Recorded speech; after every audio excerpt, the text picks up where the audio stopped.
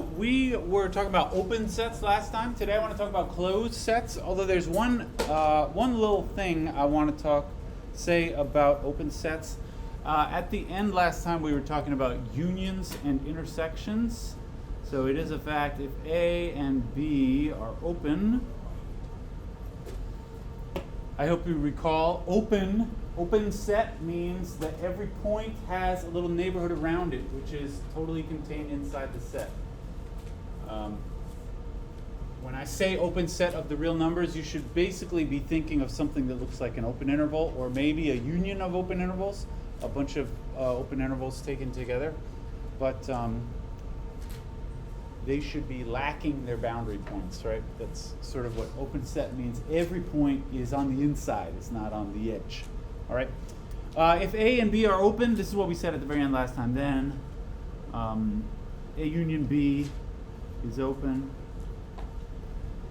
and A intersect B is open. Right. Those are the things we said at the very end last time. I would like to say just a few more words about this. This says, for example, about the union, if you have two opens, you can make the union and the result of that is open. What about if you had three things? What about, A union B union C? Actually, there's a cute way to see that also is open. Anybody have an idea about if you know that any two open sets can get unioned together to make an open set? Can you do it with three?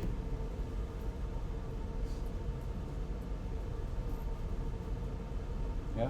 Yeah, well, you can break it down into just A union B and B union C. Uh-huh. Yeah, you could say, actually, you can break it down a little bit more easily than that. But it is true, first of all, this, we know that A union B is open, right? Because of what we said before about two sets. And then he said also B union C would be open, and so the union of all of that would also be open. Actually, you can say it a little bit easier. Maybe feel like there's an easier way to do it? Yeah. Yeah, you can take this and then just union with C, right? Each of this one is open because it's two sets. That's open because we just assumed that they're all open, right? And so this is open, all right? So this is not special about just two sets. It's really any at least finitely many sets. You can just kind of consider them one by one, and the whole thing will be open. So the way I'll write this as a theorem, but I mean that is the proof what I just said. So the true fact is that any finite union, I mean a union of finitely many, like two of them or three of them or something. If you want infinitely many, that's a different issue. But any finite union of open sets is open, because you can always just imagine you're just taking them two at a time, and then last time we gave a real proof that when you just take two of them, then the result will be open. All right. So any finite union of open sets is open, and this is not special for open. The same is true of. It is special for open. It's not special for union. The same is true of intersection, because last time we showed that the intersection of two opens is open. That automatically means the intersection of three opens, or however many you want, as long as it's finitely many. So I will say also any finite intersection of open sets is open. Last time we proved specifically this is true for two sets, but just by taking them one at a time, you can make any larger union or intersection, as long as it's only finitely many. All right. What I want to talk about just briefly at the beginning here, and then we'll move on to closed sets, is what about infinite unions or infinite intersections? Does it still work if you are taking unions or intersections even of infinitely many things? Now, with with unions, actually it does still work. So with unions, and you're taking an infinite intersection, I'm imagining something like I have one open interval here, and I intersect it with another open interval, and I intersect it with another open interval, even if I'm taking infinitely many of these things, it's still going to be an open set, because if I choose any specific point, say right there, does it have a little neighborhood around it? Yeah, it does. And the fact that I have infinitely many pieces here doesn't make any difference, right? It's still true that each individual point will have a little neighborhood around it. Yeah. So, what about if you have like, maybe this one, but I was thinking like, first when you said infinite, I didn't think infinite pieces, I meant like one of them. Yeah, one of them actually goes on out to infinity. Yeah. Yeah, you could consider that also. So that would be a picture, like maybe I have these ones and there's infinitely many, but then maybe I also have like one super big one that goes all the way out this way. Does it make any difference? The answer is no. I mean, for this to be open just means that around every individual point you can put a little neighborhood. And that's still definitely true here. It doesn't really matter how many of them there are. Yeah. What if they overlap? Doesn't one point make it near to Yeah, this is a good thing to consider. What if some of these are overlapping? Well, my answer to that would be actually, it doesn't matter if some of them are overlapping. Like if you have one like this and then another one like that, then when you do the union, actually what you get is this, right? Which just looks like another one of those things when you do the union. So actually, when I drew this, I mean, it could have been that this was already somehow like 5 of them overlapping in some weird way. But it all works out to be just a bunch of open intervals anyway. All right. So this, I don't think we need to do a proof of this, but this is another theorem about open sets and unions. The theorem is actually any union, I will say, even infinite, even uncountably infinite, although that's not really going to come up. Any union of open sets is open. Even if you take infinitely many pieces, it's still going to be an open set. Because infinitely many pieces just means you're adding in like more and more stuff. But it doesn't really matter because the openness property is just about what happens nearby to each individual point. Whether you keep on adding more and more stuff doesn't even matter, all right?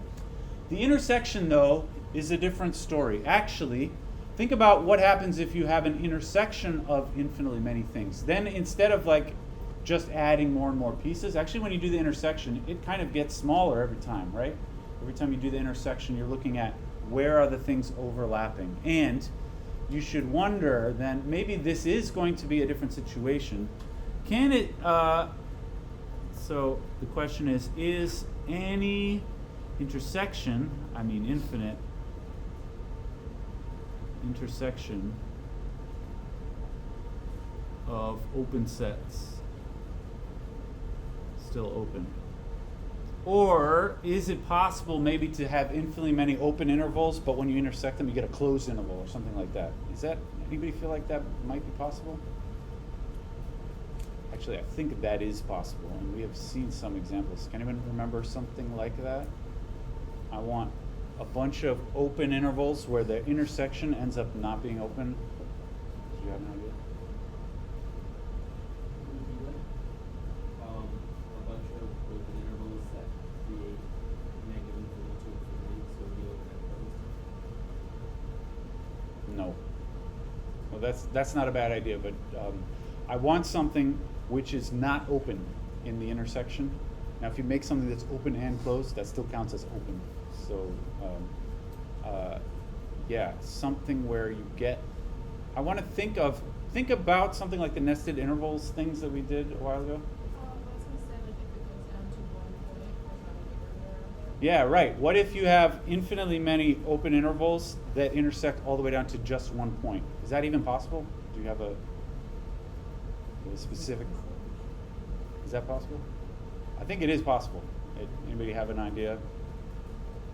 You can make intervals that sort of do this. They get real small. Yeah. Just like whatever, like negative whatever n. Yeah. How about the intersection of the open interval minus 1 over n to 1 over n?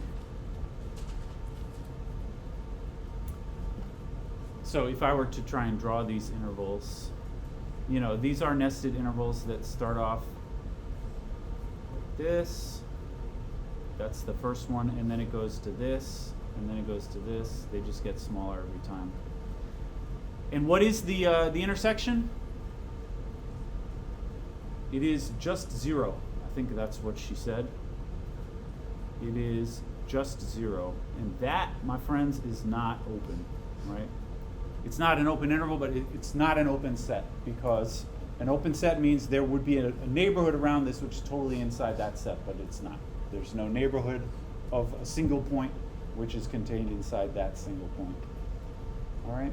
So, the moral of the story here is you can do infinite intersections of open sets and get something which is not open anymore. So, any union of open sets is open.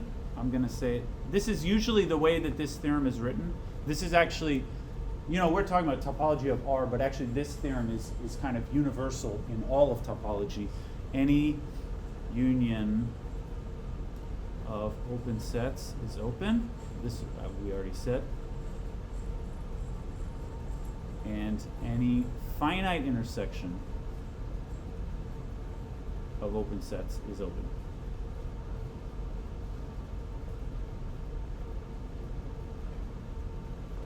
All right?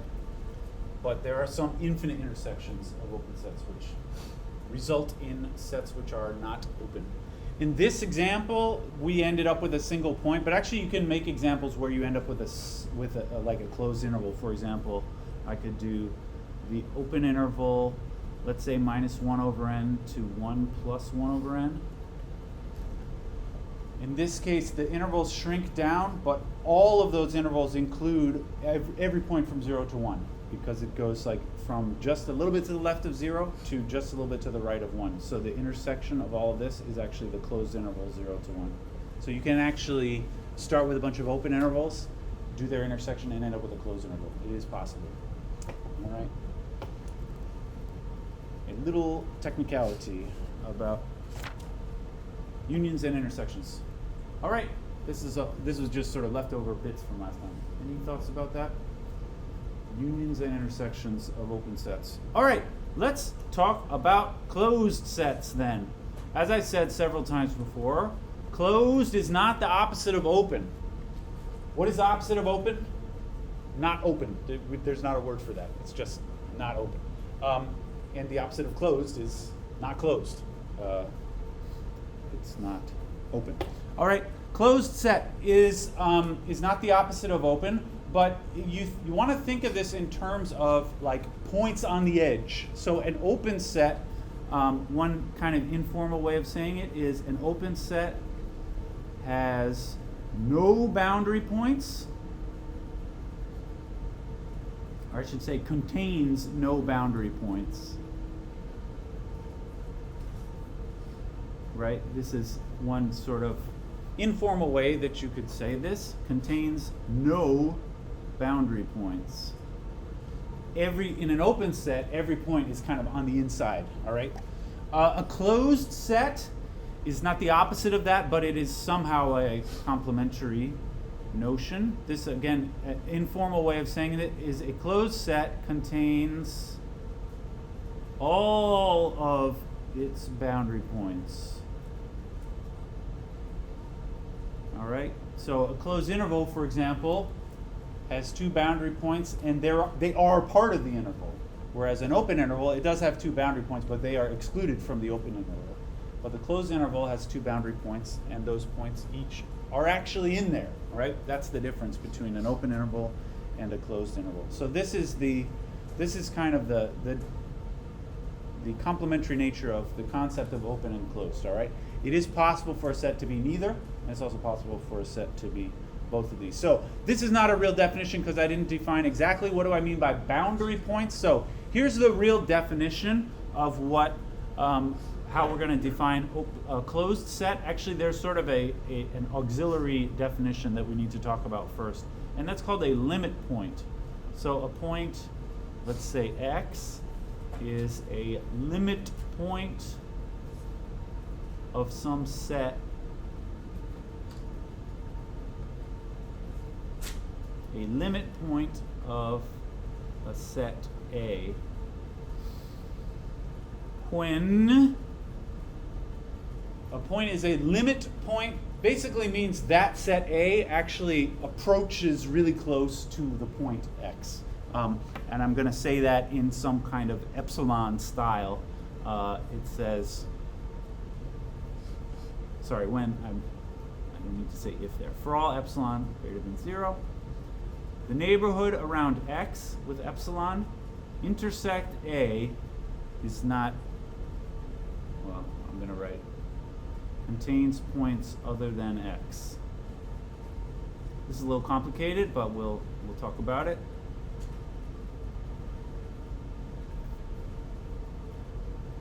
It's not a great time to walk into the room. This is nonsense here. For all epsilon greater than 0, the neighborhood, the epsilon neighborhood of X intersect A contains points other than X. All right? For example, I want to get some feel for this. For example, what if A is the set, the open interval 0 to 1? So, if I were to draw it in red like I usually do, it's this interval, right? From 0 to 1. What are the limit points of this set?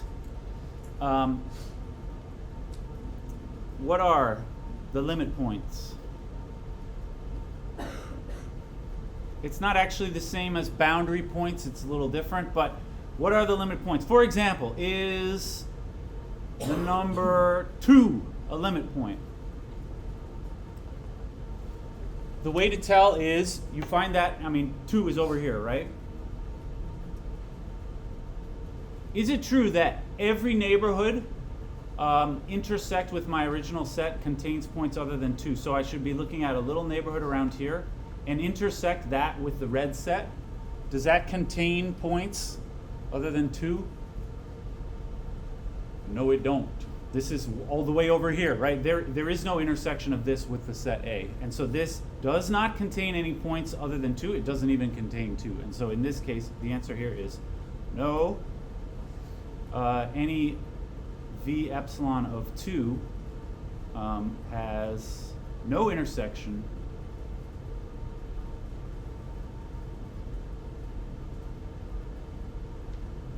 with my set this time, right? A. So on this picture, really, all the numbers like over here or over here, far away from that interval, they are not limit points of the interval. The only way you're going to be a limit point is if it's somehow like really close to this set to begin with. If it's far away and you can put a little neighborhood around it, it's not a limit point. All right. What about something like 1/2? How about, is 1/2 a limit point? Same set. So maybe I'll draw my little picture again. Here's my open interval, and I'm looking specifically at the point 1/2, which I guess is right in the middle. Again, we ask ourselves, if you put a little neighborhood around 1/2, it should be like this, and you intersect that with the original set, the red set, does this little neighborhood contain points of the original set other than 1/2? The answer is yes, it does. Many, many points, right? Infinitely many points. So here, the answer is yes. That's because V epsilon of 1/2 contains many points of A. All right?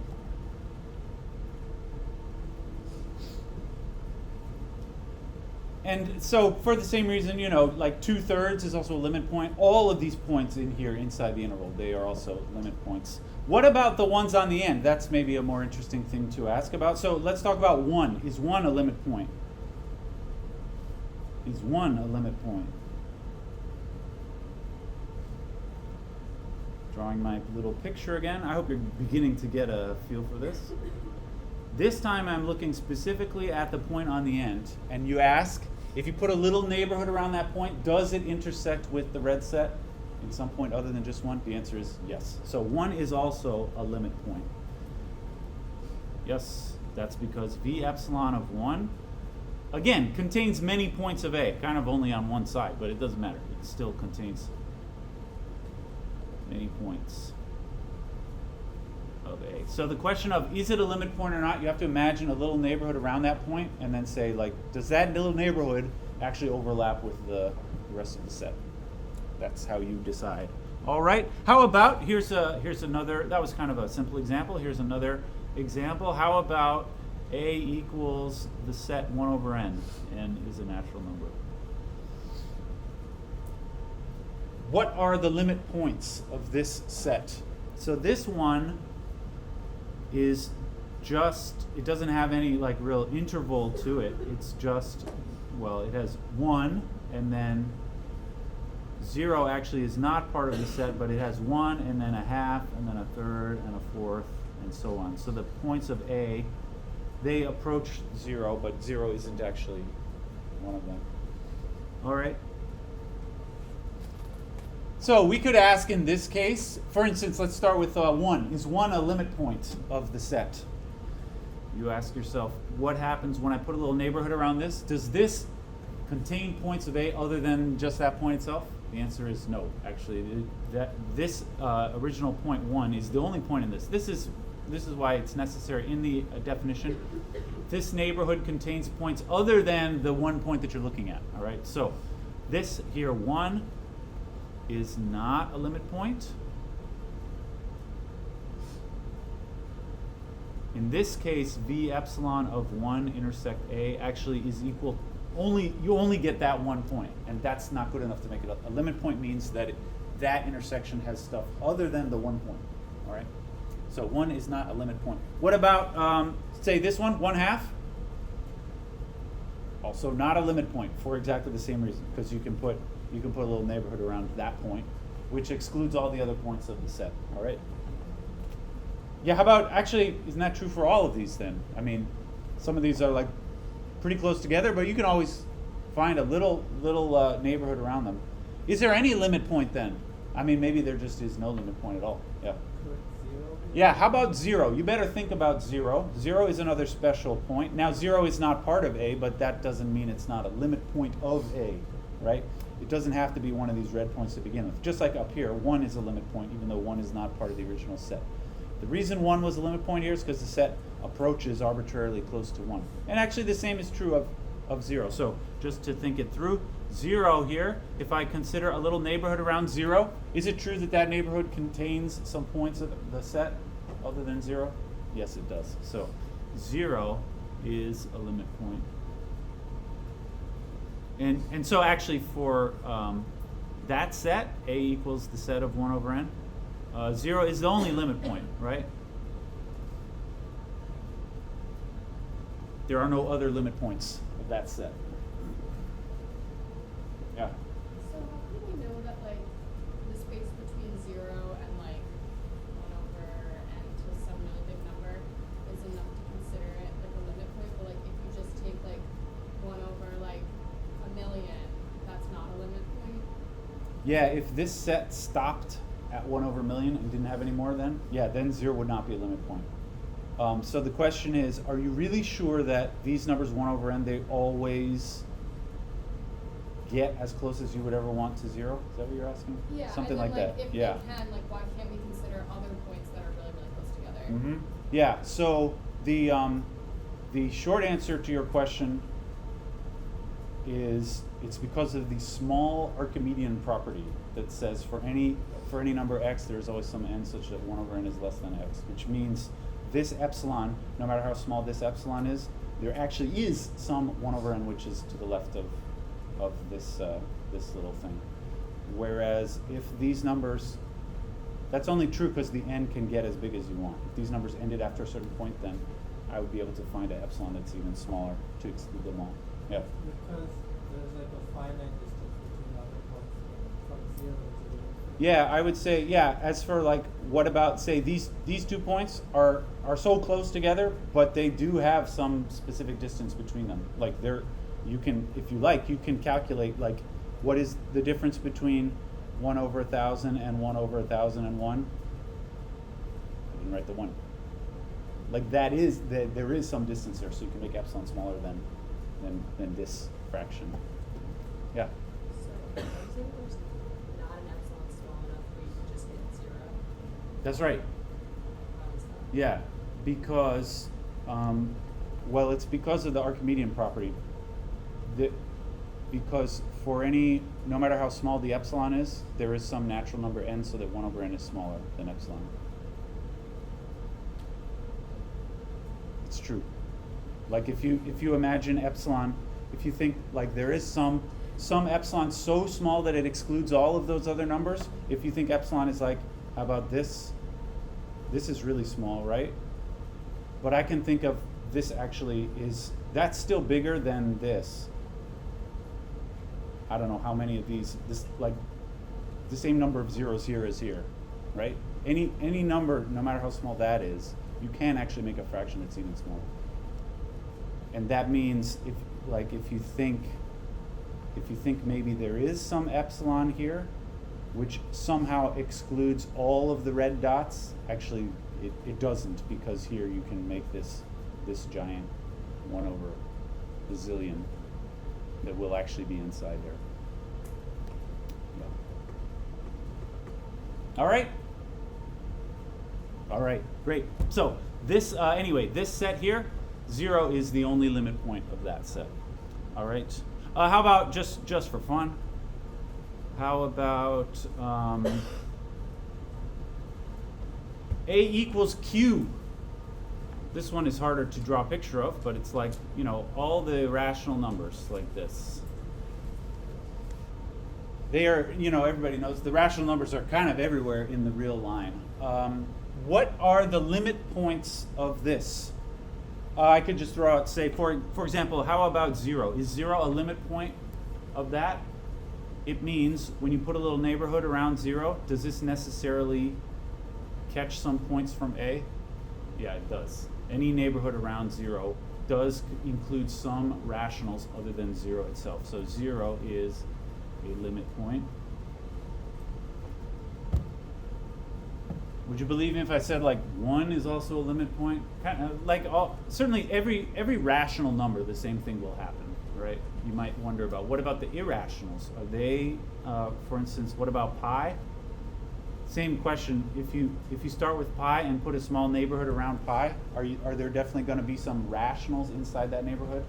The answer is yes, because the rationals are dense. The density property, remember, said that basically if you choose any open interval anywhere, will automatically include infinitely many rationals. So these 0 is a limit point, also pi, etc.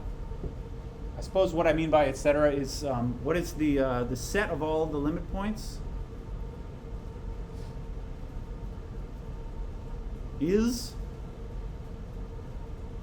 in this example here, the set of all limit points was just this point 0. Oops. What about down here? What is it? Q? It's actually more than just Q because it also includes things like pi. Yeah? R. Yeah, everything is a limit point of Q. The set of limit points is R. Mm-hmm. Yes? We were doing rationals the other day. We said that it couldn't be open, like the set of rationals between 0 and 1 can't be open. Yes. Because any neighborhood would have irrationals. Yes. Why isn't that the case with like 0? Yeah, so the question of is 0 a limit point is when I make the neighborhood around 0, does it contain rationals in that neighborhood? The answer is yes. I could have also asked, if I make a neighborhood around 0, does it contain irrationals? And the answer to that is also yes. But that's a different, so when you're considering is Q, or what are the limit points of Q, every number is a limit point of Q. It's actually also true that every number is a limit point of the irrationals, which maybe is what you were thinking of. Yeah, neither of those are open sets. So. Okay, one more example, and then we'll say something a little more interesting. How about this? Actually, I got 2 more examples. How about that? My whole set contains just 3 points. 1, 2, 3. What are the limit points, or are there no limit points? you can wonder about, for instance, what about 1, say? Is that a limit point? I'm seeing the heads shaking. That's because, no, it's not. Because if you put a little neighborhood around 1, it does not include any other points from your set. So 1 is not a limit point. Similarly, 2 or 3. What about some other number that's not 1, 2, or 3? Can they be limit points? That would be like maybe this number here. Is that a limit point? No, because you can put a little neighborhood around there that actually does exclude all of the other points. So this set here has no limit point at all.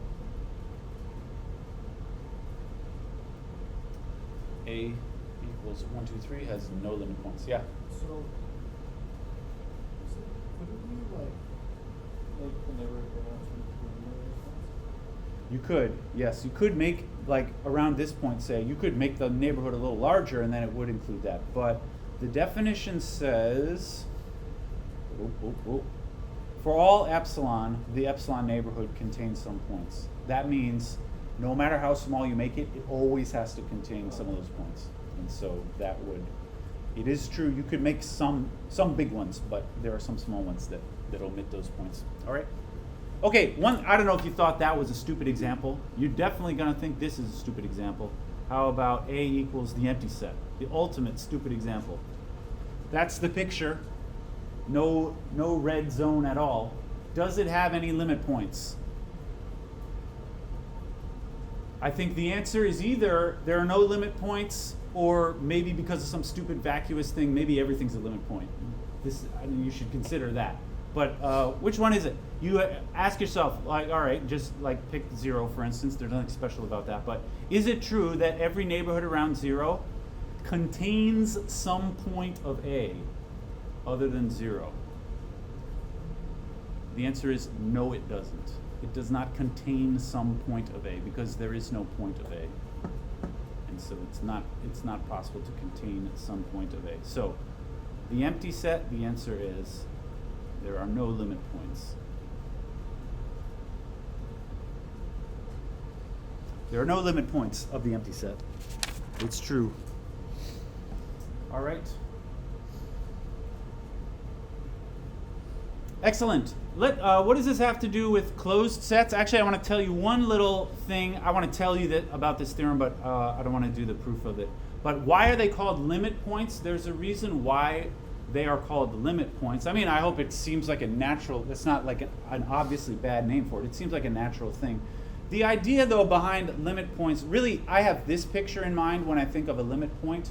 This point, it may not be one of the red points, but there are a bunch of red points which, in a sequence, approach that point. And that's why this is called a limit point. Now, in this set, they really do kind of look like a sequence. They don't really look like a sequence in this set, but it's still true that you could, if you want to, pick out a sequence of points that approach this point. And that's why it's called a limit point. So this is a theorem which I don't think we need to go through the proof of, but I hope you all agree or believe that it's true. It says X is a limit point of some set A if and only if there exists a sequence AN of points from A with AN approaches X. These are equivalent. Sorry, I need to, a little technicality. There's a sequence AN in A. AN not equal.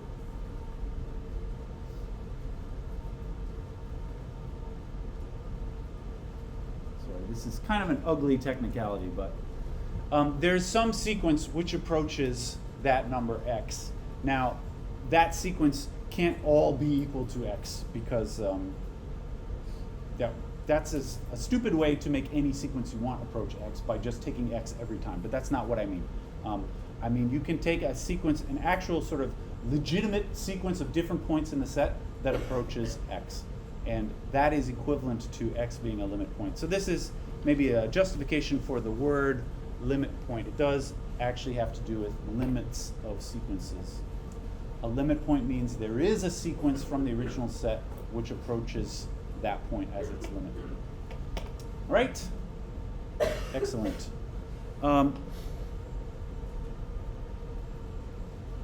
an not all equal to x?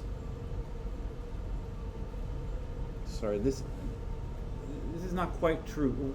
You can make other stupid sequences by making something where it's not always equal to x, but it's some other values at the beginning, and then afterwards it's always equal to x. Can I just say an? It's better to say this, and that's not technically true what I said. Let's just say an is not equal to x for all n. That means it's never. You can make a sequence that never actually uses that point as its values. Sorry for that little confusion. If you allow the sequence to use the point x, then you can make stupid sequences which automatically converge to x, but that's disallowed. All right, this is what limit point means. And this is how we define what a closed set is. So the definition is a closed set is one which contains all of the limit points. All right, this is what I'm about to write, is the definition of a closed set. So I will say F. In our book, they like to use A for open sets and F for closed sets. I don't know why, but I might as well do it that way. F is a closed set. This is the definition. If F contains all limit points of F. All right. Now I said last time, an open set, you should imagine every open set kind of looks like a bunch of open intervals taken together, like a union of open intervals. There is no similar kind of cute slogan about a closed set. Actually, closed sets do not all look like closed intervals, and they can, in fact, look pretty wild. There are very extremely weird examples of closed sets that don't really look anything like closed intervals. But anyway, we'll see some of those eventually. Let's just go through those examples we talked about before about their limit points. How about this? 0 to 1, the open interval 0 to 1. Is it a closed set or not? Well, probably you can guess it is not closed. I mean, it's an open interval. This is not closed. Why not? Closed means it contains all of its limit points. So, can anyone tell me what is a limit point of that set, which is not actually part of that set? Yeah. 0. Yeah, 0 and 1. They are limit points of this set, but they are not part of the set. So I will say this is not closed because, just specifically she said 0 is a limit point, but 0 is not in F, right? So F is lacking one of its limit points, actually. 2 of its limit points, because 1 is also a limit point. There were other limit points. Remember, actually, for the open interval, all the inside points were limit points, and additionally 0 and 1.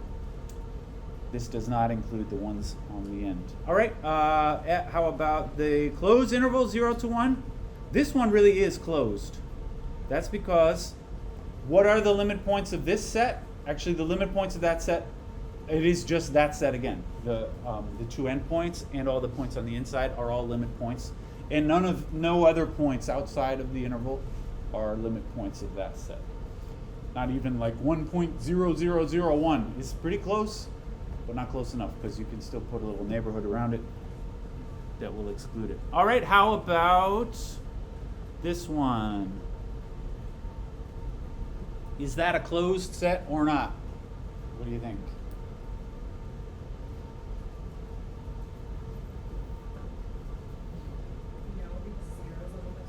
Right. The answer is no, it's not a closed set. Remember, this set, it only has one limit point, and that is 0, and 0 is not part of that set. So this is not closed,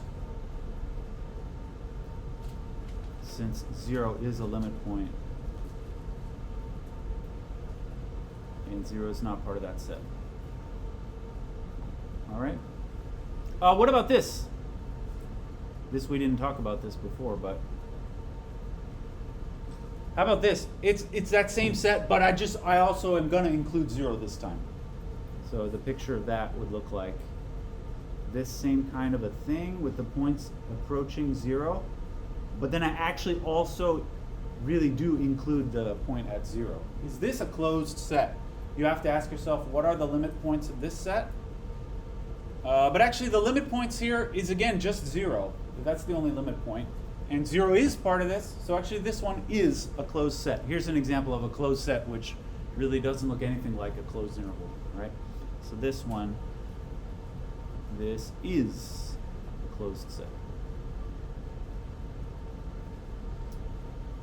Kind of a weird set. Although we're going to see much wilder examples eventually. All right. Okay. Let's just, for the sake of completeness here, how about this? Is that a closed set?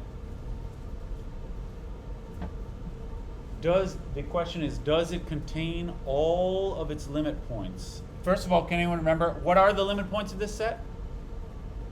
There are no limit points of this set, so does this set contain all of its limit points? The answer is yes. This is like a weird sort of vacuous case, but there are no limit points, and so yeah, it does contain all of its limit points. So this, I will say, has no limit points. In fact, it's always true. If a set has no limit points, that automatically makes it a closed set, although I wouldn't say that's worth memorizing. It doesn't come up that often, but this has no limit points. So automatically, it is closed.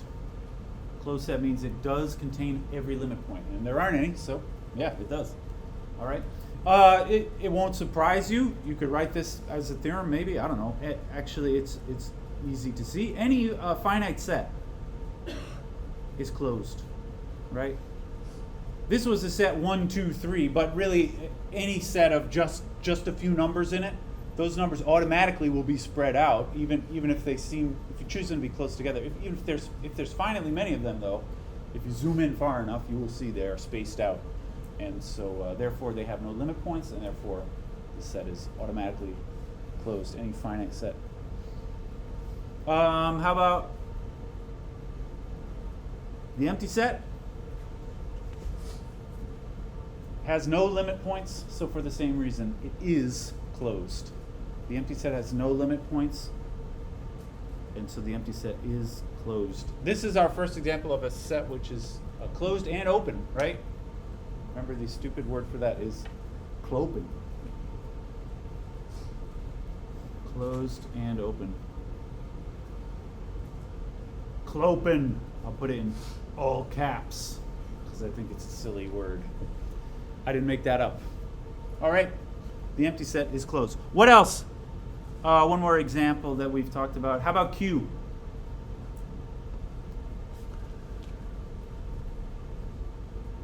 Is this closed? You have to remember what was the set of limit points of Q? It was all of R. Yeah, so does this contain all of R? No, it doesn't. So this is not closed.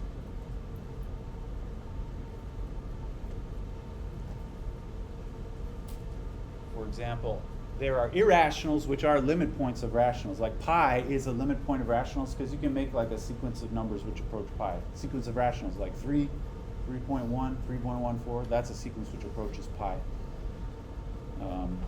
But pi is not rational. All right, so Q is not closed. All right. We got 5 minutes. I think that's enough to demonstrate one very basic fact. Maybe I'll write this. Does it even deserve to be called a theorem? I'll write it as a theorem. But the interval AB is closed. The closed interval A to B is closed. This actually does require some justification. I mean, it sounds stupid when you say it, but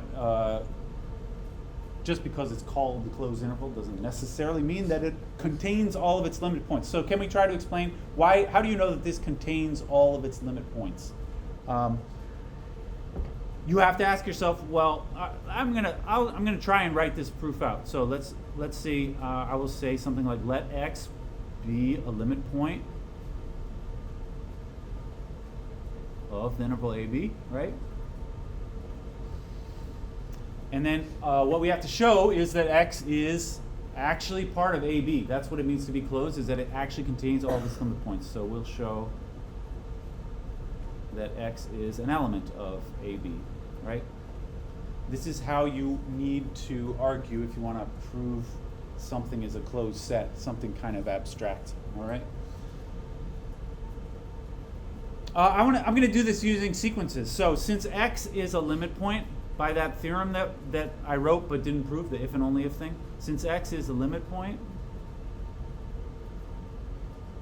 there exists a sequence, I'll say an, which converges to x, where an is in this interval a, b, the closed interval a to b for all n, right? There's a sequence of points in the original set, which is the closed interval a to b, which converges to my my point x.